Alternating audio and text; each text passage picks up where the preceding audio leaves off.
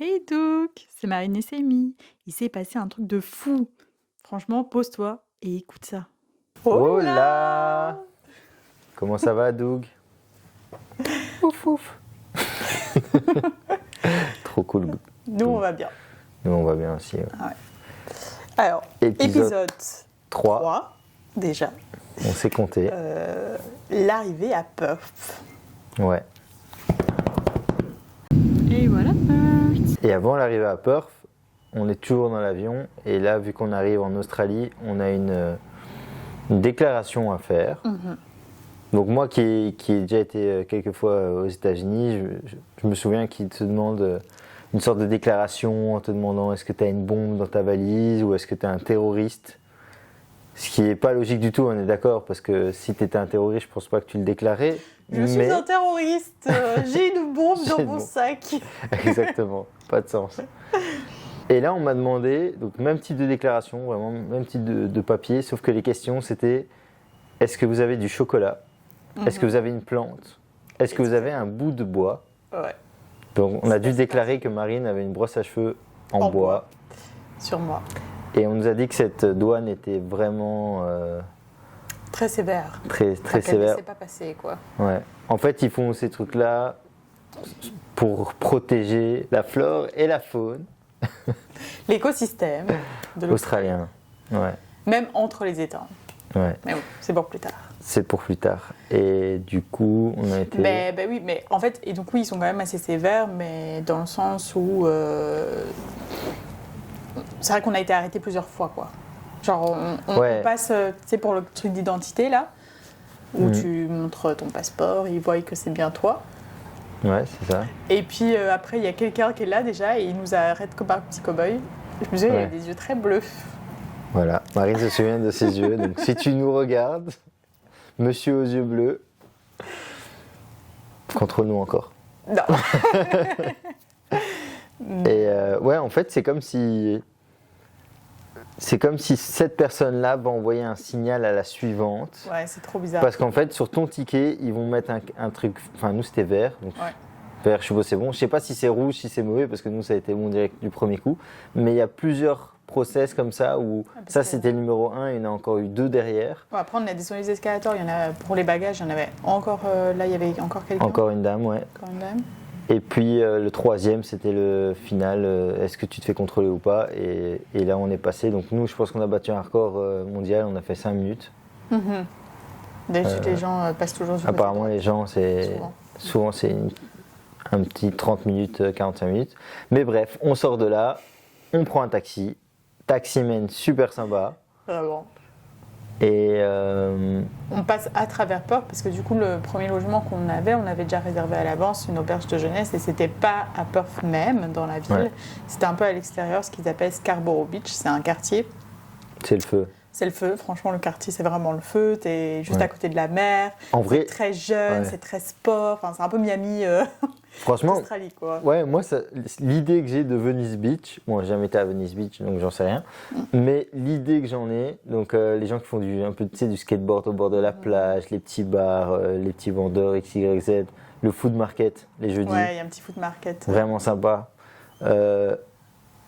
Tous ces trucs, tout ce qui me fait penser à Venice Beach se retrouve à Scarborough Beach. En plus petit, c'est plus petit, mais ouais, c'est un peu ça quoi. Enfin, mon image en tout cas.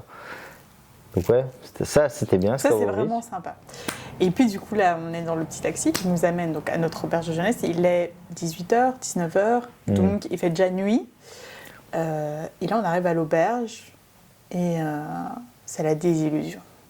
Ah ouais, donc il faut savoir que l'auberge, on a payé à l'avance 1 000 € pour le mois. Non, on avait payé à l'avance un certain montant. Ah non, on avait réservé à l'avance. On avait réservé pour le mois, mais on avait payé qu'un petit montant sur une application qui s'appelle Hostelworld. Très bonne application. Ouais, c'est juste. Et donc on arrive là-bas. Et déjà, il y a un groupe de jeunes gars, enfin jeunes, pas très jeunes. Du coup, tu te dis peut-être que le mec de l'auberge, il est là-dedans, tu vois. Et déjà, trop bizarre, ils nous font... Ambiance bizarre, ils font des blagues. Ambiance très bizarre, ils nous font des blagues, on comprend pas trop. Il y en a un, il se dit oh bah attends, le mec qui gère l'auberge, il arrive. Puis quand il y a un mec qui arrive, il dit ah c'est lui. En fait, c'était pas du tout lui. Ouais. Enfin déjà, ambiance trop bizarre. Ça ne met pas du tout en confiance, c'est pas du tout confortable. Mais c'est surtout que on n'est pas des rabat-joie, mais t'arrives déjà, il fait noir, le bâtiment il est pas ouf. Ouais, et t'as 26 heures de... Ouais, on a fait 27 heures de voyage. T'as juste envie d'avoir ta chambre et enfin quoi. Ouais. Franchement, désolé pour le langage, mais c'est. Et puis, à première vue, ok, tu débarques là-dedans. C'est pas que c'est pas moche, c'est très vieux. C'est le bordel. Beaucoup d'informations. Ouais, beaucoup d'infos et du coup, tu te dis bon j'espère que. C'est surpeuplé aussi. Oui, mais ça on le savait pas encore. Ouais, mais tu le sens déjà en arrivant. Ouais, tu sens que c'est vrai. C'est vrai que ça a été de pire en pire à ce niveau-là. Et donc on est là, le mec nous fait une blague en mode oh, c'est lui, c'est pas lui finalement. On attend bien 20-30 minutes, encore en plus. Ouais. Et là, il y a un vieux type qui arrive. Un vieux, mais tu vois le vieux qui veut être encore jeune, c'est ça? Ouais, c'est vraiment ça. C'est, ouais. Je sais même plus son nom. Je sais même plus son nom. Je crois que j'ai jamais su. Et il arrive. Et ça va, au début, il paraît pas chiant. Juste, il nous enregistre. Et puis du coup là, il va nous montrer notre chambre. Et nous, on se dit, ok. Chambre privée. Et c'est une chambre privée, tu vois. Donc on se dit, il va nous emmener plus loin dans l'espace pour voir où est la chambre. Parce que quand on a réservé, il n'y avait pas de photo de la chambre. C'est super important comme détail. Non, il y avait des photos de l'hostel, mais pas de la chambre. Donc au moment où il nous montre la chambre, on réalise que la chambre, on parlera de sa taille plus tard, mais elle est très, très petite, mais surtout elle est entre la salle à manger, donc où les gens vont s'asseoir, manger, discuter, et de l'autre côté, c'est l'entrée où on a croisé le groupe de jeunes qui étaient aussi dans l'hostel, et en fait c'est aussi l'endroit fumeur. Ouais. Donc, ce qui veut dire que quand tu es dans ta chambre, qui est déjà très petite avec des murs en papier, tu entends les fumeurs qui rigolent, tu sens limite la weed s'ils fument la weed, donc voilà. Ceux qui sont en train de, je sais pas moi, jouer au Uno sur la table, tu les entends. Et là, tu dis, pardon pour le langage, mais flûte, mais on paye 240 € la semaine et ça fait un peu mal. Le seul truc très positif de cette chambre au final, c'était que, bon, il y a un lit de personnes, évidemment, merci Seigneur, mais surtout, il y avait un frigo dans le coin. Ouais, et alors, comme j'ai dit un peu plus tôt, l'auberge, plus on est resté là que 2 semaines au final, tellement c'était la merde, pas très hygiénique. Franchement, c'était dégueulasse. La cuisine, si vous l'auriez vu, c'était le cauchemar en cuisine, quoi. Ouais, genre, horrible.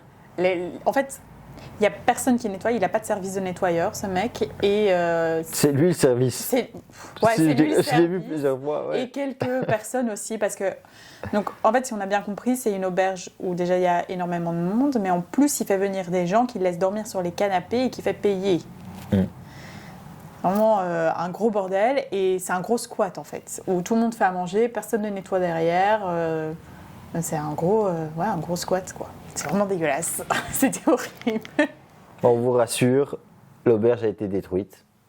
Normalement, elle a été détruite. Parce que de base, elle avait été détruite avant qu'on arrive. Ouais. Et ça a maintenu, donc maintenant, je sais pas ce qu'elle en est. Normalement, elle a été détruite parce qu'ils doivent refaire tout le bâtiment. Et c'est vrai que, je veux pas dire que c'était insalubre, parce que ça l'était pas. Mais... Quasi. Hein. Non, je pense que c'est juste... Enfin, après... Le code de Mons, les gars, on s'en rappelle. C'est peut-être pour ça que quand je pense au Côte Wawa, bon, ça c'était j'irais moins pire que le Côte Wawa. Par moment, pas tout le temps. Et en fait, on s'est rendu compte à un moment donné, au-delà de l'hygiène, donc quand Marina dit cauchemar en cuisine, c'est parce qu'en fait, vous savez, quand vous cuisinez, vous mettez un peu de miettes à gauche, un peu de peau de carotte à droite, etc. Et à la fin, vous êtes chez vous, donc vous nettoyez cette cuisine et le lendemain, quand vous revenez, elle est propre et prête pour de nouveaux plats. Mais là, en fait, c'est exactement le même, sauf que personne nettoyait derrière lui. Et du coup, en fait, nous, on devait nettoyer, c'est pas limite, on faisait la vaisselle des casseroles avant de pouvoir cuisiner dedans, quoi. C'était horrible. C'était vraiment difficile. Ouais. Et c'est ça un peu qui nous a poussé à acheter une voiture très vite. Ouais, parce que du coup, on a acheté une voiture une semaine après. Mais ça, c'est un autre épisode. Voilà. Donc, on était un peu dégoûté de l'hostel et on s'est dit on va manger quelque chose. Et donc on va marcher jusqu'au premier resto, etc. C'était un truc brésilien, je pense. Bord de plage. En tout cas, c'était sud-américain, ouais. Non, pas mexicain. Amérique du Sud. Ouais, enfin, mais franchement, c'était pas mauvais. C'était beaucoup bon, de fritures. Hein. On a pris des fritures, mais c'était très correct. La bière aussi. Ouais. Voilà, donc. Et ça, comment c'était cool. comment tu te sentais toi J'étais en fatigué. arrivant là et en découvrant du coup Perth? Je sais pas, moi je pense que franchement, si je dois revenir sur mon sentiment, sur mon souvenir en tout cas, de quand on marche de l'hostel jusqu'au restaurant, je suis un peu énervé, tu te souviens? Parce que l'hostel, j'étais vraiment déçu. Et je pense qu'en fait, cet énervement, c'est pas un vrai énervement, c'est plutôt une peur de l'inconnu qui se transforme en énervement aussi, parce que justement, je me dis, mais c'est quoi ce bordel? Mais il y avait de l'excitation, c'est juste qu'à ce moment-là, elle était peut-être plus négative à cause de la fatigue du voyage, parce que, à part pour ma guince dans l'avion, j'ai pas vraiment dormi du voyage, voire pas du tout. Et 27 heures de voyage, c'était long, quoi. Ouais. Et d'ailleurs, chaque jour, ça allait de mieux en mieux. Et au final, oui, l'hostel n'était pas dingue, oui, la chambre n'était pas dingue, mais on était à 400 mètres d'une des plus belles plages de Perth, donc c'était génial à ce niveau-là. Donc voilà. Et toi, c'était comment? J'étais beaucoup fatiguée et j'avais un mélange de culpabilité un peu parce que c'est moi qui avais choisi l'hostel et donc je me sentais pas très bien. Dans le sens où je me suis dit que j'avais raté quoi. J'avais mal choisi. Mais en vrai, Mais en vrai, avec le recul, quand tu regardes les photos données, la localisation, franchement, honnêtement, moi je suis pas mécontent qu'on ait été là, si je dois revenir en arrière, parce que du fait que l'hostel n'était pas trop confortable, on sortait beaucoup. Ouais. Donc ça c'est chouette. On était beaucoup dehors. Genre regarde ici, on est dans une maison, on est super bien, on sort plus beaucoup. Ouais, genre littéralement on n'est pas sorti hier et on n'est pas sorti aujourd'hui. Mais il fait froid ici aussi, hein, là-bas c'était l'été. Mais et puis ça nous a poussé à bouger notre cul, trouver un taf vite aussi. Ouais, de ouf. C'est ce qu'on a fait. Non, finalement c'était bien. Et puis dans tous les cas, Perth c'est super cher les logements. Cher et aussi super difficile de trouver. Je pense que c'est un des endroits les plus chers parce que même ici à Melbourne, de ce que j'ai vu, c'est moins cher et plus abordable, même si les gens disent l'inverse. Mais bon, ça on verra. Moi sur Flatmate, j'ai vu que c'était plus cher, mais peut-être que pour le court terme c'est moins cher. Ouais, pour le court terme en tout cas, mais Perth c'est vraiment très très cher. Pas facile de trouver en plus parce que c'est full. En plus, il y a plein de gens qui sont là pour les FIFO et tout. Enfin bref, c'est vraiment compliqué quoi à trouver un logement là-bas. Voilà. Ok. Je pense que c'est bon pour cet épisode. Si vous avez des questions, des commentaires, des conseils, vous pouvez nous écrire sur Instagram. Et si vous voulez qu'on fasse un épisode spécial sur un sujet, dites-le nous parce que à chaque fois on met l'appareil photo, on dit on parle de quoi en fait. Ouais, vraiment. Donc, envoyez là, tout ce que vous voulez. On fait la chronologie, mais après voilà, vraiment si vous avez, comme c'est midi, un sujet qui vous intéresse. Let's get it, baby. Yes. Et quoi comme chanson du jour? T'as une chanson à conseiller? Ah ouais, c'est une vieille chanson. Je sais plus le titre. Donc je sais pas comment je vais le sortir. Mais... Vas-y, sors-le, fais rêver. Mais je sais même plus. Mais non, c'est le titre que j'écoute maintenant de Black Eyed Peas. Ah ouais, attends, c'est quoi encore? Ah, je ne sais plus, mais je vois de quoi tu parles. Bon, on vous la mettra en fin de vidéo. Ouais, ça va. Bon, Bisous. Bisous. Peace.